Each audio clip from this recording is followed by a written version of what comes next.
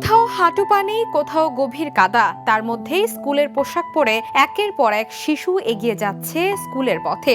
ভালো রাস্তা নেই সহজ যাতায়াতের ব্যবস্থা। সম্প্রতি সামাজিক যোগাযোগ মাধ্যম এক্সে ভিডিওটি প্রকাশ করা হয়। ভিডিওতে ভারতের প্রত্যন্ত এলাকার স্কুল শিশুদের কাদা ও জলাবদ্ধ পথ পেরিয়ে বিদ্যালয়ে যেতে দেখা যায়। স্কুলের ইউনিফর্ম পরা শিশুরা কোথাও গভীর কাদার মধ্য দিয়ে, আবার কোথাও পানি জমে থাকা পথ ধরে এগিয়ে যাচ্ছে। প্রতিকূল পরিবেশের মধ্যেও তাদের স্কুলে যাওয়ার দৃশ্যটি নজর কেড়েছে সামাজিক যোগাযোগ মাধ্যম ব্যবহারকারীদের। ভিডিওটির সঙ্গে দেয়া ক্যাপশনে ব্যঙ্গাত্মকভাবে বলা হয়েছে, দেশে হয়তো শিক্ষা কোনো ইস্যুই নয়, বরং টেলিভিশনে কোন বিষয় নিয়ে আলোচনা হচ্ছে সেটাই এখন জন আলোচনার বড় অংশ দখল করে আছে।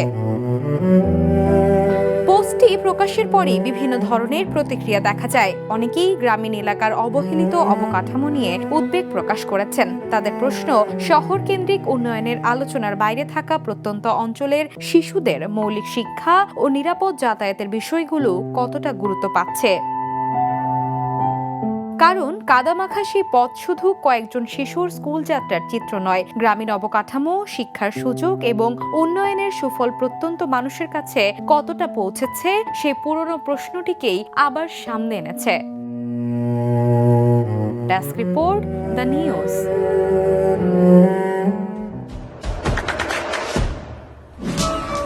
দেশে দেশে সবার সাথে, দ্য নিউজ।